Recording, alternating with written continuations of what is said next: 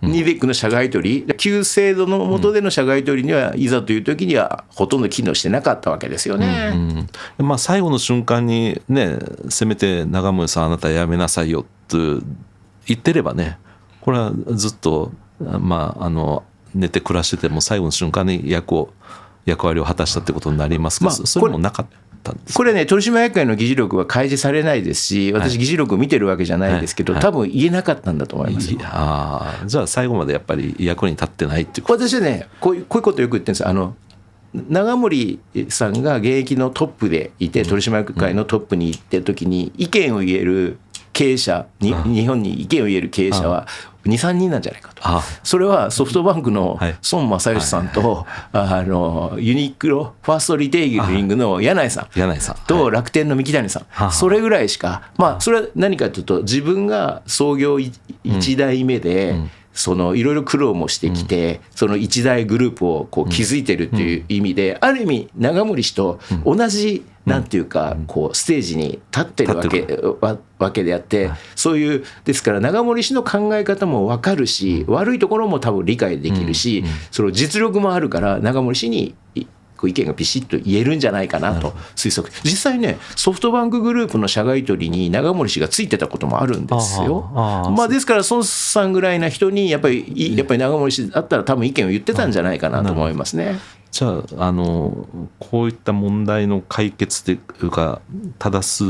べき道のはやっぱりそういう経営者をどんどん日本もっと誕生させないとダメっていうことですかね。誕生させないとダメだと思いますし、私はやっぱりその創業経営者、まあですから新しい会社を起こし、でそこが上場し、で大きく成長した、まあ、そういう経験を持った経営者が、私はこう増えないと産業も活性化しないし、そういう意見を言える人もですね、いないということになるんじゃないかなと。皆さんこんにちは。宮崎智美の考えるラジオの始まりです。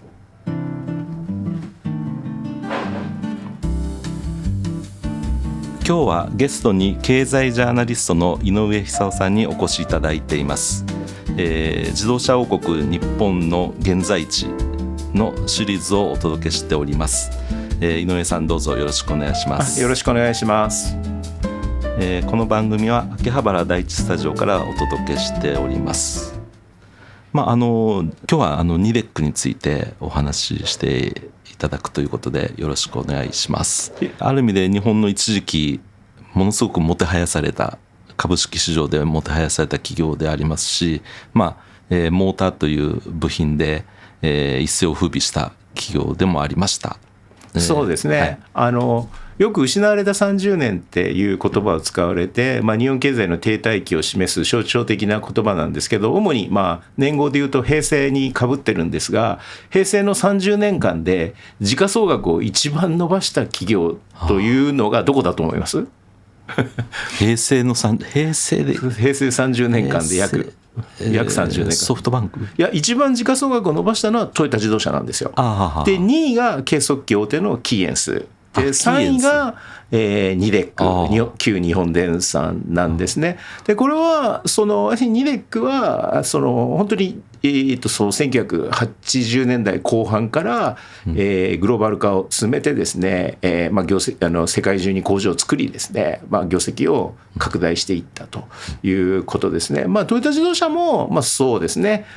今、従業員が約世界に37、8万人 いますけども、国内は7万人、1980年代後半、やはり国内の従業員って7万人だったわけで変わってないんですけど、全然変わってないですね。全然変わってないんですけど、グローバルには30何万人いるということで、やっぱり海外での、むしろ日本でよく維持できてるなっていう感じですかね。そうですね、日本にまだ生産拠点があって300万台程度は作って輸出するという戦略を維持することを打ち出してますからね。ニデックの場合はもうほとんど国内では生産してないという理解でいいんでない、そういう理解でいいと思います。キーエンスという会社も今名前出てきましたけど、ここもちょっと独特な会社ですね。もうオーナーは経営からは退きましたけど、やはりオーナー経営で、独特の経営哲学があって、非常になんていうかハードな働き方をする、その代わり賃金がかなり高いというようなことで、キエスと付き合ってた方なんかに聞くと、やっぱり営業も押しが強くてですね、どんどんいろいろ売り込んでくると、イケイケどんどんの会社みたいなところはあるみたいですね。聞いたことがあります。結構、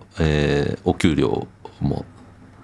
高くてっていうそうですね。聞いたことありますけどもね。そうした会社と肩を並べていたニレック、この凋落ぶりが激しいということで、今日はそのニレックは再生できるかという、こういうタイトルでお話をお願いしたいと思っています。よろしくお願いします。よろしくお願いします。それで、ちょっとこれ経緯を振り返ってみた方がいいですかね。そうですね、ニレックが会計不正というか、粉飾決算ですね、粉飾決算をやって、いろいろ社内対応、対外的な対応もやってきたんですけど、ざっと振り返りますと、その不正会計を受けてですね、昨年の9月3日に、会社から独立した第三者委員会というものが設置されたと。でその後10月28日に東京証券取引所が特別注意銘柄と、内部統制だとか、に問題がある会社が指定されるやつ、かつての東芝やオリンパスが指定されたんですけど、そういうところに指定されたと。でこれ10月の30日にはこれはニレック内部の組織で、ニレック内部で、社内改革を進めていくためにニレック再生委員会というものができたということですね。で昨年の12月19日に創業者であり、創業以来54年にわたって、ニレックをですね牽引してきた長森重信代表取締役グローバルグループ代表が辞任して名誉会長に就きましたと。で年が明けてそのニレック再生委員会の方がですね東証に改善計画書を提出しましたと。で2月26日に、長森さんが名誉会長も辞めましたと。で2月の27日に第三者委員会が調査報告書を提出しましたと。で4月17日に追加報告を第三者委員会が行いましたと。で4月27日に、改善計画書の改訂版をニレックが出しましたということなんですね。で、これに加えてですね、新たなトピックスとして今年の5月13日に、1000件を超える品質管理の不適切事案があるということを発表しまして、それに対して調査委員会と、この品質管理の不適切事案という言い方をニレック側はしてますけど、いやどういうことかっていうと、そのお客さんに、モーターを納入するときにですね、お客さんとの間でこういう材料を使います、こういう工程で作りますという形で、契約してるわけですよね。でそのお客さんと約束した内容を裏切るというか、お客さんと約束した内容通りにやらなくてものを作ってですね、納入したということが品質に関する不適切事案だということなんですね。ここ20年ぐらい金属産業とかいろいろそういったところで発覚していたのと同じような感じですかね。そうですね。大手企業でその品質不正というと似たようなことですね。相手が求めている基準通りのものを収めてなかったと。ただこれも同じでして、ニレックはじゃあそういう作り方をしたからといってなんか不具合が起きてるかというと、起きてはいないと。他社のケースもそうでしたよね。その基準に満たしてないんだけども、それによって事故が起きたり、その商品に不具合が起きたりとか、そういうようなことは起きてないということで、不正をやったことによって、二次災害といいますか、その他の人が迷惑を被るというようなことは、起きてないということですね。ただ、これはそのニレック再生委員会がですね、会社の中を再生するためにいろいろ調査してワーキンググループを作ってですね、品質ワーキンググループっていうのがありまして、その調査の中で出てきたみたいですね。なるほど。ただこれは私に言わせると動きが遅いなと思ってまして、私は2021年頃にある役員の方からそのエアコン用に収めたモーターでお客さんと契約した通りの作り方をしてないという内部告発があり、それの対応で苦慮しているっていうような話は聞いたことありますんで、ニデックの中ではある程度実は知られていた話なのではないかなと私は推測してます。なるほど。そのニデックの凋落に、創業者であり大株主だった永守さんの影響っていうのはものすごくあったという認定だったと思うんですけども、井上さんには、ニデックについては過去2回お話ししていただいて、その時永守さんの影響力が残るんではないか、その危惧っていうのはこれはどうだったんですか。結局そこはもう排除は徹底されたんでしょうか。それを排除するためにいろいろ今社内改革を進めていると。まだそれを進めている段階ですね。で一応株主総会6月17日にあったということですが、これは乗り切ったということですね。だから6月17日の定時株主総会はまだ2026年3月期の決算が未発表であるために業績報告ができないという異例の総会だったんですが、ただその社外取締役含めた取締役会のメンバーをかなり入れ替えたので、その役員人事の選任案というのが議題の中心であったということなんですね。株主からはかなり質問が出まして、例年より多くの質問が出て、長い質問、開催時間も長かったんですけど、やっぱり永守氏に関する質問というのはかなり出ましてですね、やっぱり永守氏の影響力が完全に排除できるんですかというような質問が出ました。で岸田社長が答えたんですけども、今回の不正は個人一人の原因ではなく、組織文化、組織風土の組織風土が原因ですという答え方をしたんですが、一方でその永守商店から永守氏一人が全てを決めるマネジメント体制からの脱却は進めてるっていうような答え方はしましたね。なるほど。永守さんというのはものすごく株価にこだわった経営をされていたということで、そういう意味で多くの株主といいますかファンといいますかね、ニデック株に期待されてニデック株を持たれた方っていうのは多かったと思うんですが、株主総会っていうのはそうした人の集まりですから。いや実際今宮崎さんがおっしゃったように、総会の質問の中で私は永守さんのファンだからここに来てる、ファンっていう言葉を株主さんが使って、ファンだからこの場に来てると。で永守さんがこの株主総会に出ないのであれば、もうそのオンラインの中継見るだけで十分だというようなご意見をですねいう株主もいましたね。その株価を牽引してたイメージがやっぱりあるんでしょうね。ありますね。そこが永守さんが最も大事にしてた経営指標の一つでして、やはりね、株価っていうのはやっぱり非常に重要である反面、一般の人にも分かりやすい指標なんだと思うんですね。頑張ってる企業、業績がいい企業は一般的には株価が高いということですし、あともう一つ、これは株価っていうのは永守さんの株主の求心力、自分がいるから、要は株価が高いんだと。そういうことで株主からの求心力になってるし、実はもう一つこれ社内の求心力にもなってたんです。実はこれはね、こんなことがあったんですよ。何年か前の株主総会で、最近ニデックの株価があまり調子良くないですねっていう質問が出たら、永守氏がですね、今の株価に不満があるならここから今出ていってすぐ売りなさいと、うちの OB 会の個人平均資産は10億円ですよという言い方をしたんですね。その10億円が正しいかどうか置いといて、後でニデックの方に聞くと、まんざら遠い数字ではないんじゃないのという言い方をしてまして、これはどういうことかというと、ニデックってですね、株式分割を重ねながら株価を高めてきた会社ですので、持ち株会に入って古くから持ち株会に入ってた方だとか、古くから株をですね持ってた方はかなり株式長者的な方がいるみたいなんですね。そういった人から、社員から見ても永守氏は要は神様的な存在だったんだと思いますね。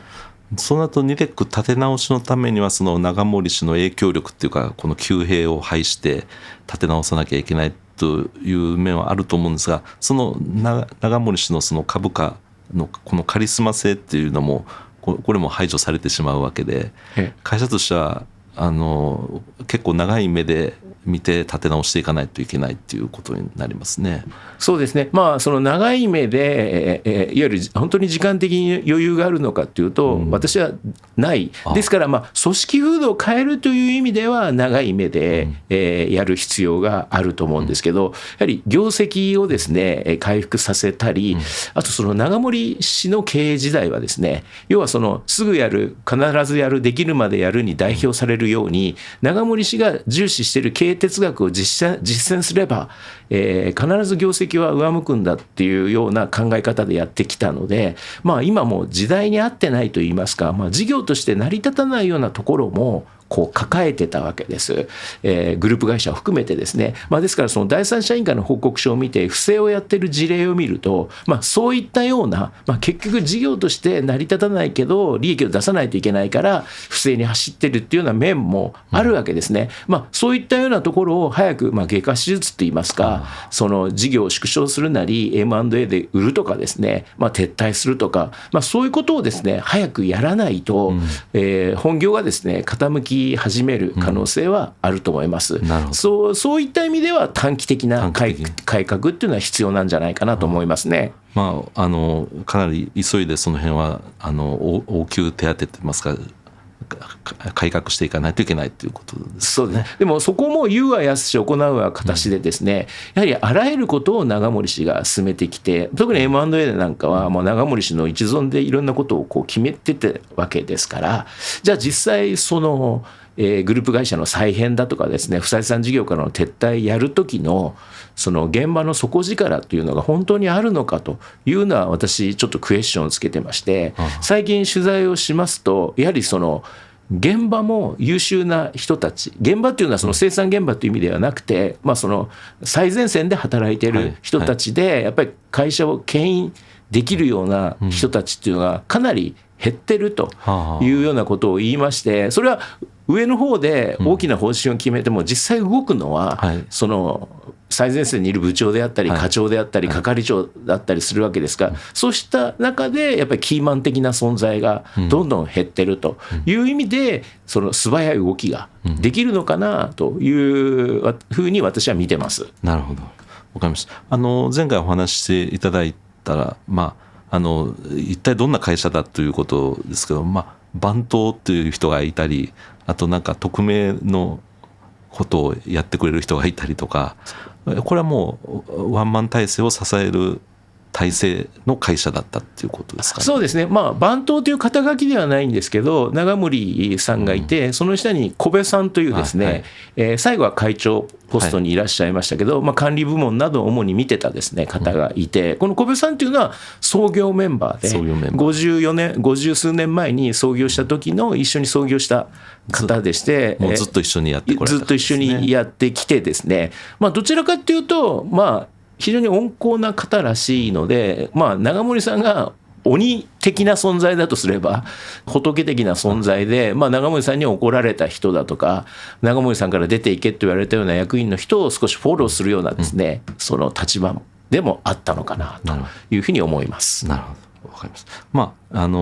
じゃあそれ体制としてどうだったかっていうのをちょっと。そうですね、この今そのさっき質問があったように、じゃあ長森体制から脱却できるのかということで、それに関してはさまざまなテーマがあるんですけど、一つはですね、やっぱり取締役会の改革なんだと思うんですね。以前もご説明したと思うんですが、その長森氏がまだいた頃の取締役会でどういう構成になってたかというと、トップが長森氏で、その下に CEO の岸田氏がいまして、でその下に会長である小部氏っていうのがいてですね、で取締役で落合氏っていうのがいて、あとは社外取りで吉井氏、佐藤氏、小松氏、堺氏、山田氏、豊島氏、梅田氏ということで、この社外取りのメンバーをですね、見ますと、7人のうちですね、皆さん官僚 OB と大学教授と弁護士さんということで、企業経営をやったことある人っていうのはゼロなわけですね。官僚、そうですね、教授ですから、弁護士、平たく言えば百戦錬磨の長森氏に要はなんか対抗はできないんじゃないかなっていうのは想像するに固くないわけですね。で実際長森氏はその率直なところがありまして、株主総会でですね、どういう基準で社外取りを選んでるんだという質問が出たら、イエスマンでも困るがクーデターを起こされても困るというようなことをまあ言ってましたので、まあそういう人たちがこう入っていると。パッと見の印象ですが、客人みたいな感じですかね。客人というかまあ何のために集められてるのかっていうのがね、まあ厳しい言葉で言うとやっぱりお飾りですね。で実際長森氏っていうのはやっぱりブランド志向とか高学歴とかに対しての憧れみたいなものがあってですね、やっぱりこういう官僚 B っていうのは大体高学歴ですし、弁護士さんや大学教授も当然高学歴ですし、そういうまあ座りのいい経歴も立派で、そのあんまり細かいことは言わない、そのうるさいことは言わない座りのいい人を持ってきてたということなんだと思いますね。ワンポイントでもなんか秀でたものがあって使える人だったら使えたんでしょうけども、ただね、そのイエスマンでもダメだがクーデターを起こされても困るって言った時に、例えばこれ誰のことを指してるか忘れましたけど、例えば誰々さんは移転価格税制のその専門家ですとか、そういう言い方は今よく最近取締役のスキルマップみたいなものが出るじゃないですか。そういった意味でその税制に詳しいというようなことを挙げてましたね。そういうところでは力を発揮するんですね。昔中国で清の孟将軍っていうのが客人を3000人抱えてて、なんか普段はもう何してるか分かんないけども、なんか鶏の鳴き真似が得意だとかコソ泥が得意だとかっていう人がいざという時になんか働きをしたっていうのがありましたけど、そういう働きもされてた方もいらっしゃったっていうことですかね。多分いないと思いますね。多分いやですね、それは考えてみてくださいよ。その第三者委員会が今年の2月の末に厳しいその調査報告書を出してですよ、責任や長森氏にあると言わざるを得ないっていうようなことまで書いてるわけですよね。で具体的な不正の手口や事例がですね、いっぱい書かれててまして、私は2021年の半ばぐらいから結構そういうことを取材をして書いてきてですね、ちょっと取材すればその不正経理が行われてるんじゃないかっていうことは推測できたわけですよね。でそういう記事も実際私が書いた以外にも他のメディアも書いてるようなケースがあったわけで、それを見てですね、社外取りが確認するなりですね、おかしいんじゃないかっていうようなことは私はしないといけないと思うんですよね。でそもそも不正経理とは別に2013年ぐらいから長森氏は後継者候補ということで外から人を取ってきては特会引っかえ、事実上クビにしててきたわけであって、そういうその人事がその後継者をですね、しっかり育てていくっていうのは取締役会の一つの仕事だとは思うんですけど、そういうことができてないわけですから、社外取りが苦言を呈してもですねおかしくないですよね。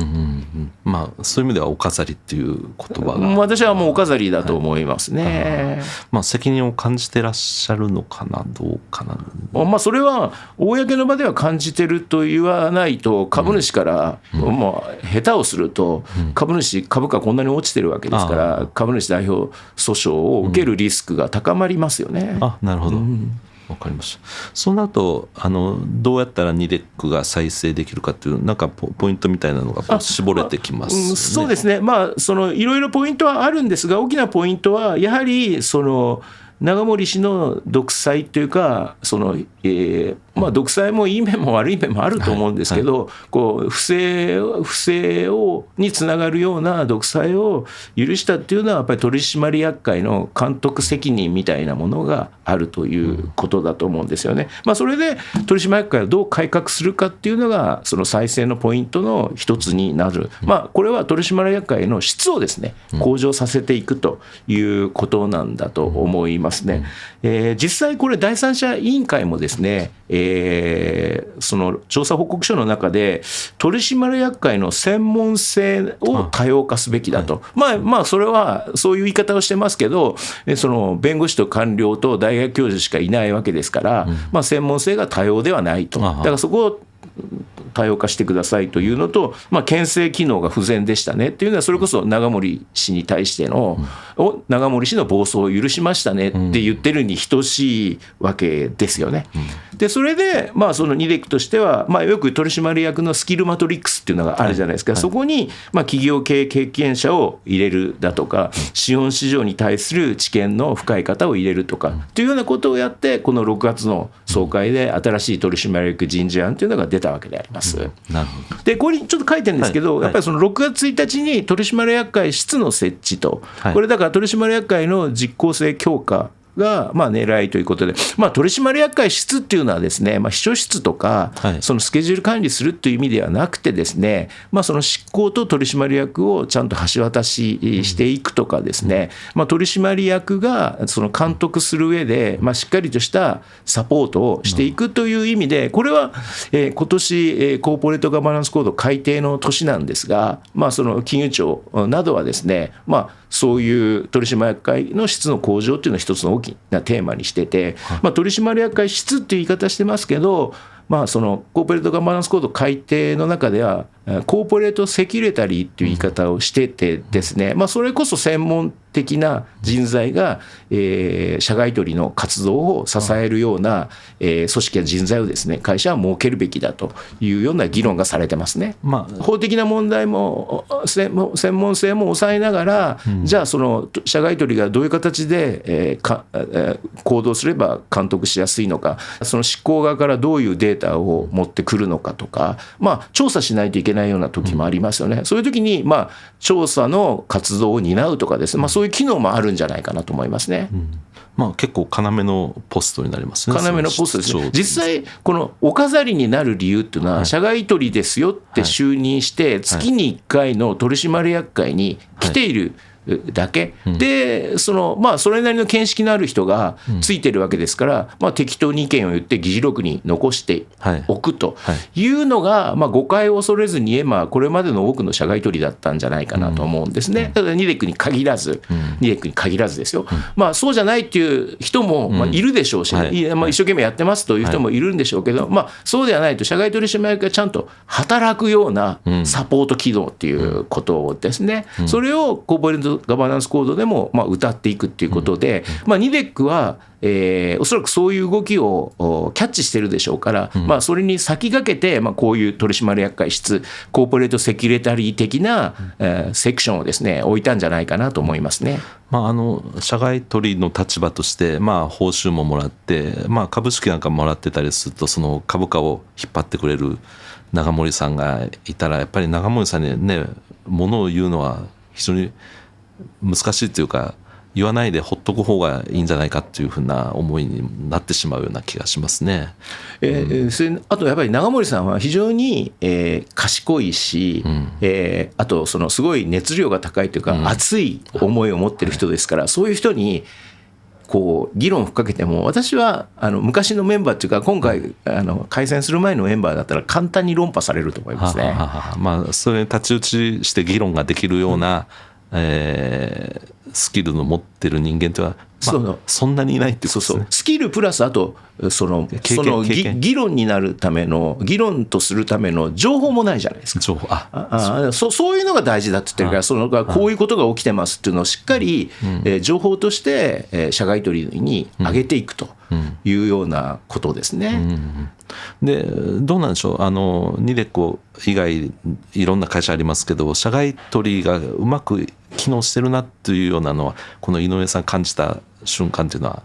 ありますか？他社でですか？他社。それはあまりないかもしれないんですが、もうちょっと古い話ですけど、セブン&アイ・ホールディングスで、はいはい、鈴木さんっていう実力経営者がやはり社外取りの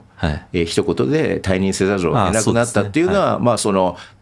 鈴木氏が退任したことがいいことか悪いことか置いといて、これは社外取りが機能を果たしたんだということじゃないかなと思いますけどね。まあそれがまあその誰もが知ってる企業で社外取りが機能したと。まあ実際にですね、こういうことを公然と言ってるような人もいるんですよね。アルバイトでやってるとか、もっと社外取りの仕事ないみたいなことをですね。それは美味しい仕事っていう。美味しい仕事って、その月に1回行って、秘書もついてて、車もついていて、で大企業になるとそこそこの、月1会社に行くだけで、例えば日産のケースなんかは、2000万円近くその役員報酬もらえるわけですよね。まあ、大企業になると、まあ、それぐらい社外取りに対して払うわけですから、まあ、美味しいという言い方がその語弊を生むかもしれませんが、世間一般から見ると美味しい仕事になるわけですよね。月1だからいくつも兼ねられるっていうことですかね。兼ねられるということですよね。ただ私が知ってる経営者である大企業の役員を退任した後、そのある人脈から頼まれて別の業界の社外取りになってくれと言われてなったら、その方から聞いたんですけど、やっぱりまず他業界なんで自分が勉強しないといけないと。あとその社長 CEO にですね、自分がこう考えてるとか、こういうところは問題じゃないかとかいうことを月1回社長にレポートを上げてたと。まあ、向こうから求められたわけじゃなくて、まあ、社外取りとしてはそういうことぐらいはやらないといけないだろうというのでやってたら、もう1社やるので精一杯ですよと。2社3社やれる人が信じられないみたいな言い方をしてましたね。まあ、もちろん能力が人によって違いますから2社3社できるっていう人がいるんでしょうけど、まあね、中には5社6社やってるような人もいるでしょう。そういう人って本当にちゃんとやってるのかなと。本当のスーパーマンか、まあ、ただ儲けたいだけ、儲けたいというか、何の責任感なしでっていうことですかね。いや昔顧問っていうのがうじゃうじゃいて、それなくしまして、まあまあ、名前が変わっただけですかね。社外取り社外取りって顧問かもしれないですね。いやでも先ほど言った中国の何の例でしたっけ。清という国の孟章君、はい、まあまあまあそういう、いざという時に使えるということでなんか抱えてた。でもこれいざという時にニベックの社外取り、旧制度の下での社外取りにはいざという時にはほとんど機能してなかったわけですよね。まあ、最後の瞬間にね、せめて長森さんあなたやめなさいよって言ってればね、これはずっと、まあ、寝て暮らしてても最後の瞬間に役割を果たしたってことになりますけど、それもなかった。これね、取締役会の議事録は開示されないですし、私議事録見てるわけじゃないですけど、多分言えなかったんだと思います。じゃあ最後までやっぱり役に立ってないっていうこと。私はね、こういうことよく言ってるんですよ。長森さんが現役のトップでいて、取締役会のトップに行ってる時に意見を言える経営者に、日本に意見を言える経営者は2、3人なんじゃないかと。それはソフトバンクの孫正義さんと、ユニクロファーストリテイリングの柳井さんと楽天の三木谷さん、それぐらいしか、まあそれは何かというと、自分が創業1代目でいろいろ苦労もしてきて、その一大グループをこう築いてるっていう意味で、ある意味長森氏と同じなんていうかこうステージに立ってるわけであって、そういうですから長森氏の考え方も分かるし、悪いところも多分理解できるし、その実力もあるから長森氏に意見がビシッと言えるんじゃないかなと推測。実際ね、ソフトバンクグループの社外取りに長森氏がついてたこともあるんですよ。まあ、ですから孫さんぐらいな人にやっぱり長森氏だったら多分意見を言ってたんじゃないかなと思いますね。じゃあこういった問題の解決というか正すべき道のはやっぱりそういう経営者をどんどん日本もっと誕生させないとダメっていうことですかね。誕生させないとダメだと思いますし、私はやっぱり創業経営者、まあですから新しい会社を起こし、でそこが上場し、で大きく成長した、まあ、そういう経験を持った経営者が私はこう増増えないと産業も活性化しないし、そういう意見を言える人もですね、いないということになるんじゃないかなと。中国アメリカを見て今活躍している会社って全部20年ぐらい前にできた新しい企業ですからね。ですから、イーロン・マスクだってそうですし、メタのザッカーバーグとか、そういうみんな、2000年ぐらいからそういういわゆるアメリカの新陳代謝って言いますかね。新陳代謝やっぱりありますよね。新しいことをその新しい人を始めてますよね。そうです。で一代で企業をこう大きな企業を築き上げてという形ですけど、日本はそれは本当乏しいですよね。アメリカでいうと古くっていうかもう引退しましたけど、マイクロソフトのビル・ゲイツさんとかもそうですよね。そうですね。中国もね、新しいことは新しい企業はやってますからね。ジャック・マーとかそういう代表的な経営者いますよね。電気自動車の分野でも、あと太陽光パネルでも、そうですね。だから財閥企業が100年前の企業がやってるとか、そんなことをやってるのはなんか日本と、韓国も財閥はまだ残ってるんでしょうかね。何かというと、財閥の良し悪しは置いといて、産業の新陳代謝がないというのも、やっぱりその優れた経営者がなかなか出てこないというか、その骨のある経営者が出てこない背景の一つにですね、私はあると思いますね。そうですね。日本も戦後のね、時期っていうのは名経営者が何人も誕生しましたから、松下幸之助さんとかね。でもあの頃は松下幸之助さんだって無名だったわけで、よく三島重役って言われて、その戦争が終わった後、その戦争に関わった人たちが公職追放されたりした結果、いわゆる課長くらいのイメージの人たちがどんどん経営者になっていって、地位が人をですね作っていったっていう部分はあると思いますね。松下幸之助さんは自分で創業発明して創業ですからね、した人なんだと思いますけどね。そうです。そういう人はなかなか数が揃ってないんで。そうですね。はい。それで今回新たな取締役会がメンバーがどうなったのかっていうのを少し解説しようと思いますので、これはメンバー表です。そうですね。社外取締役を7人から10人に増やしましたと。で取締役ですから13人中10人が社外取りになりましたと。で7人いた社外取り、旧制度で7人いたうちもう6人が退任し、1人だけ財務省出身の吉井さんという方が、このメンバーの中で米印をつけてる、岸田さん社長はもう前の体制から取締役でしたと。でその吉井さんという常勤監査党委員、この方だけ残ったということで、あとは皆新任の方だというのでですね、やっぱり先ほど専門性の多様性という言い方をしましたけど、やっぱりNIDECが抱えている課題に対応するための布陣なのかなというふうに思いますね。例えば社外取りになったエラーさんというサステナビリティ委員会の委員長につきましたけど、この方は今外資系のコンサルティング会社のパートナーですけど、その前はブラックロックジャパンって、これブラックロックって世界最大の機関投資家だと言われてますけど、そこでマネージングディレクターというか、議決権行使を総括するようなお仕事をされてたみたいですから、こういう資本市場に対しての知見もあるし、金融業界の人は、この人はいわ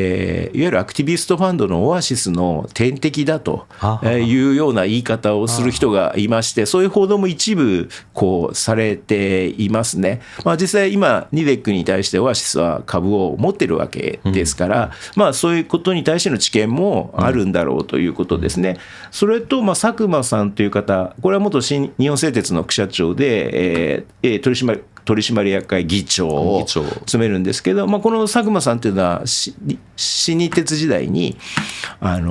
韓国の鉄鋼大手のポスコを訴えたじゃないですか。電磁鋼板知財で、その時に訴訟を指揮した方だと言われてて、政財界にいろいろ太いパイプがあると言われているような方ですよね。西浦雄二さんという方は外資系やっぱりコンサルティング会社の元日本代表なんかを務めてたんですけど、この方報酬委員会の委員長になって、西浦さんは今リクシル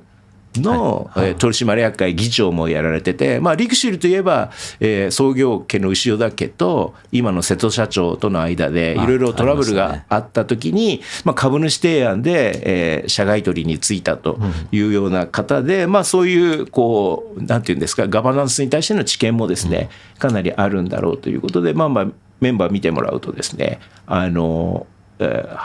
本当に多様にはなってますね。で最後これ長谷川さんという社外取りで監査党委員で、こう広島高検の元検事長さんですけど、この方は元証券取引等監視委員会の委員長でもありますから、ご存知ですか？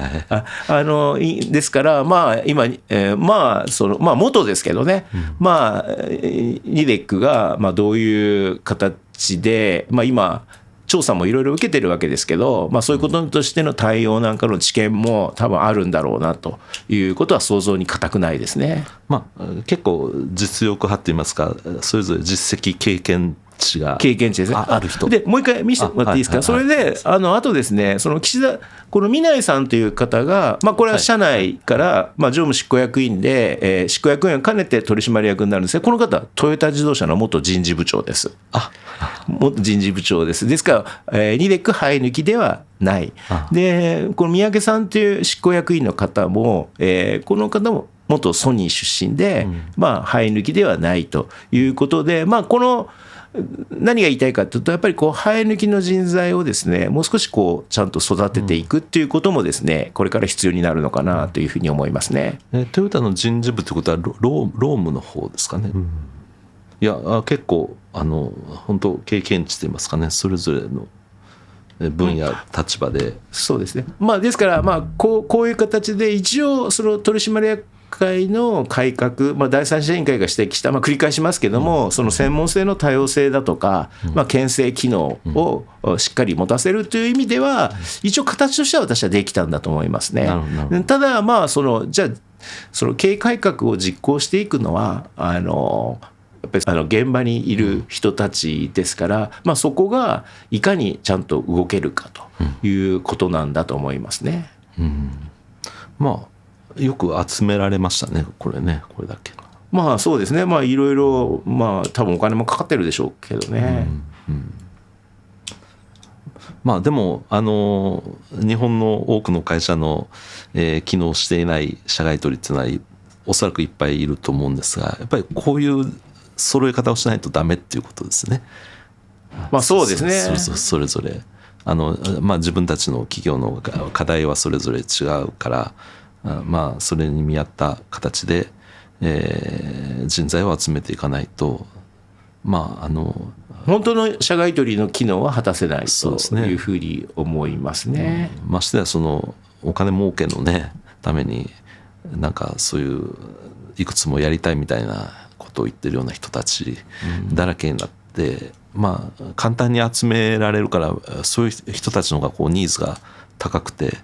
人気があったりするでしょうね。そうですね。これも誤解を恐れずに言えば、それにプラスアルファやっぱり女性という。これね、よくカルロス・ゴーンが、社外取締役を入れるときに、女性で意見を言わないやつを連れてこいということを言ったと言われてますね。それは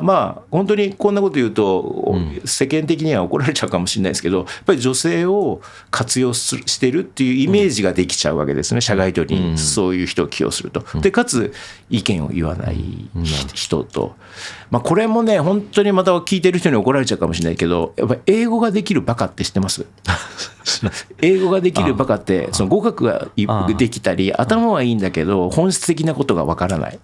そういう人が社外取りにこれまでぴったりだったんだと思います。経歴は立派でけど、要はこう本質的なことが言えないとか、骨太な対応ができないとか、そういう人がやっぱ企業の経営者からしてみれば、いざとなったら厳しいこと言ったり厳しい行動を取らないわけですから。でも最終的には責任はやっぱり集める側の方の人ですよね。そういった人たちを選んで集めちゃう方が悪いんですもんね。そうですね、基本的にはそうだと思います。そういう人を使うっていう側が悪いんだと思う。自分のイエスマンを集めたいという欲求があるということですもんね。そうですね、でもその辺やっぱり、投資家の皆さんやっぱりそういうところをちゃんと吟味しないとダメですね。これからかなりそういう目線が厳しくなると思いますし、コーポレートガバナンスコードが改定されるとさらに厳しくなると思いますし、議決権行使助言会社もですね、そういうところを見てこの取締役はダメだというようなことを言えば、その株主総会で、信任されないその可能性がありますよね。例えばつい、最近というか今年の株主総会でね、日産の社外取が一人信任されなかったわけですよ。それはみずほ銀行出身の方がですね、やっぱり独立性が疑われるということで議決権行使助言会社が賛成を推奨しませんということに加え、大株主のルノーも棄権したことによって、不信任になってしまったわけですよね。ですからこれからそういうことはですね、起こるんじゃないかなと思いますね。投資家の方がね、そういうところを着目して、投資先を選んでいけばね、そういった裾野の活動が日本の会社の企業のコーポレートガバナンスをこう高めていくっていうことになりますからね。でもこれ古くて新しいテーマで、昔アメリカのエンロンが経営破綻した時に、エンロンだって社外取りいっぱい入れてたんですけど、後で見たら CEO のみんな MBA 時代の友達だったとか、そういうことで、アメリカだってそういう時代があったわけですよね。ですからその社外取りを否定するっていうのはこの時代ですね、私はナンセンスというか、その時代の流れに合ってないと。いかに社外取りが社外取りが本来持つべき機能を果たせるかということを進めていかないと、その日本が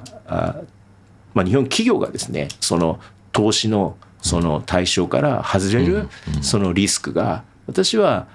少なからずあるんじゃないかなと思いますね。企業を見る一つの基準で社外取りがどういう構成になっているかとか、